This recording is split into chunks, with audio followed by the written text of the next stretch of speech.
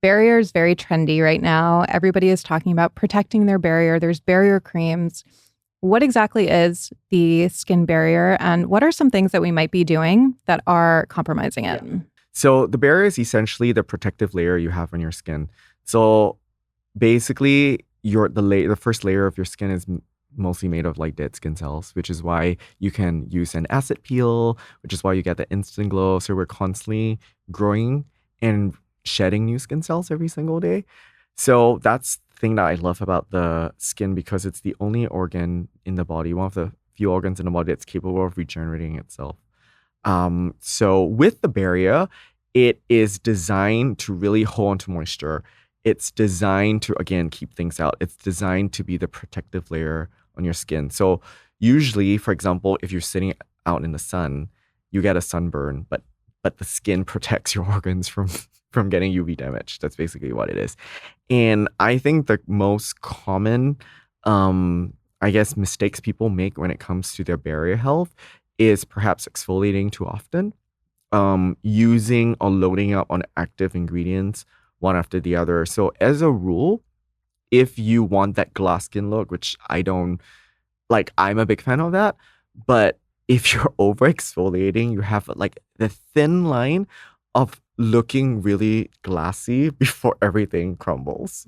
So it's about making sure that, as a rule, you only use one exfoliator per day per routine. So for example, if you're using an acid peel at night, I don't think you need to be exfoliating in the morning. I know you've seen my videos. No, I'm just, in general, I think that's it. And also, more importantly, I think using SPF is so important, because at the end of the day, we talk about skincare here and we talk about how much money we spend on certain procedures and things like that. All of that is really great. But the best investment you can ever make is to find an SPF that you'll want to wear and reapply every single day. I think that's the number one thing. Because if you don't apply SPF, then it's really like it's like the foundation of the house. Like, so that's something that's super important. I want to tell you what I do. Yes, please. I wash my face with a glycolic cleanser. Right. Morning and night. You're already horrified. Followed by vitamin C. Right. Then I use serum that has azelaic. Okay, great. And salicylic. Okay. Maybe a little glycolic in that one too. I'm not sure. I'm watching his face fall. Then I do, in the morning, then I do like a cream for redness. And then I moisturize, and that has peptides, growth factors, and then SPF. Great. Okay. Great. Yeah. And then at night, I do the same thing. And then I add benzoyl peroxide and trans retinol. Combination, yeah. Yep. And then same moisturizer, growth factors, peptides. Is the benzoyl peroxide together with the retinol in one thing? So it's really It's neat. like a dual chamber. Okay. And then you pump it amazing. together, yeah. Because technically, as a rule, if you're layering from like two different brands, they cancel each other out. So you kind of don't want to do that. But if it's designed to be used together, then by all means. I actually think that you're doing too much. Yeah. No, I know. That's why whenever I talk about skincare and have people on, they're like, how is your face not raw? Like, how is that possible? But this line that I've been using for 2.5 years, and I incorporate other products, and I'm obsessed with your growth factor product. And, I'm starting to like branch out a little bit and kind of move away. I had really, really bad cystic acne kind of out of nowhere 2.5 years ago. And I tried everything and nothing was working. And I went to my facialist and she put me on, it's Jan Marini. Everybody knows because I do my skincare routines all the time on Instagram.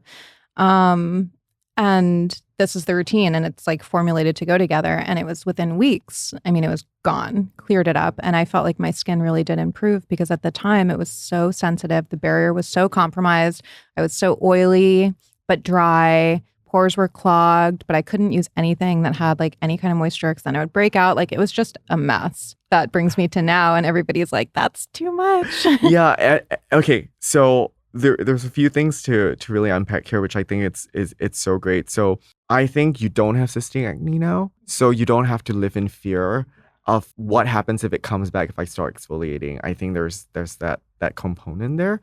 But I also think that if you're using something for redness in the day, by simply just like eliminating some of the acids, you'll probably realize you probably don't need to deal with the redness, because the I redness love is how probably cautiously you're. the redness So is funny. probably from like over exfoliating. But again, we can put things together that will give you equally the right results without you having to fear that you're doing too much. Yeah. So when it comes to a skincare routine, Yeah. not just for me, but for anybody, what Yeah. are like the foundational steps or the foundational ingredients that you would do? And I know that when you started years ago, you started with how many? Three products. Yeah. Now I have 20. That's crazy.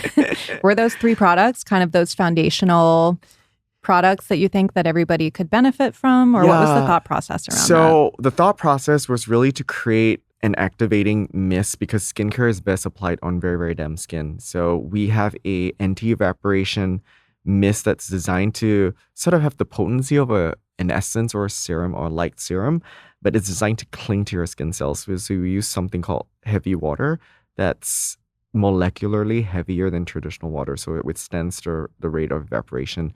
Then we have our peptides daily treatment, which is a all-day moisturizer. And then we have our retinol night cream. I kind of felt like I wanted to create like creams that would be like your Swiss Army knives that would check multiple boxes. So that's really when I started. But I think the brand really took off after we started developing serums. And the reason why I love serums is because I think it's not, logical for me to assume everybody is going to have everything from my brand. And serums are the best way for somebody to really figure out whether or not like a product is really effective, because they're the powerhouses. You can buy one serum and you should see results. I think that's what it is. And you can invest your money on a really great serum and use a drugstore moisturizer. That is where I think you can, if you're on a limited budget, that's where I think you could play around with.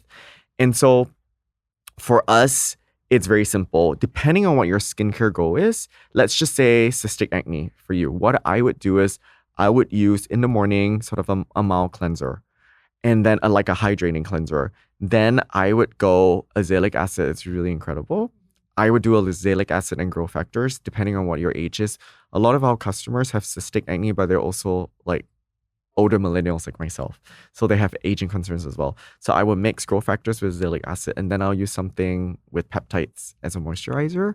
And then I would use SPF. That's what I do. If you do not have cystic acne, I would do growth factors with vitamin C, for example, because vitamin C is incredible for also helping your skin be more protected from the UV damage. Also boosts the potency of your SPF, because they work in tandem. And at night, I'm a big believer in retinoids, because I think retinoids, if you want a simple routine, check multiple boxes. They treat acne. They also help with collagen boosting, so they reduce fine lines and wrinkles. So I personally at night use copper tripeptide, which is incredible for rebuilding the barrier, reducing inflammation, and repairing the skin. And growth factors twice a day. That's my jam. Nanoretinoid. My non-negotiable at night is a face oil. Like we have a C15 face oil that I had severe acne as a teenager, so I would never launch anything that would clog the pores. And not all oils are created equal. I would, for example, never put like coconut oil or personally avocado oil on my skin, simply because the fatty acid profile, you want oils that are richer in linoleic acid. So like your rosehip oil, your tamanu oil, your black cumin oil, those are really naturally antibacterial. So it's about using the right kind of oils that will seal all the goodness in, while also making sure that your skin is nourished throughout the night. So for example, a lot of our customers are on, for example, Roaccutane, or they're on prescription tret, and it does get drying. So using an oil would really help to combat that.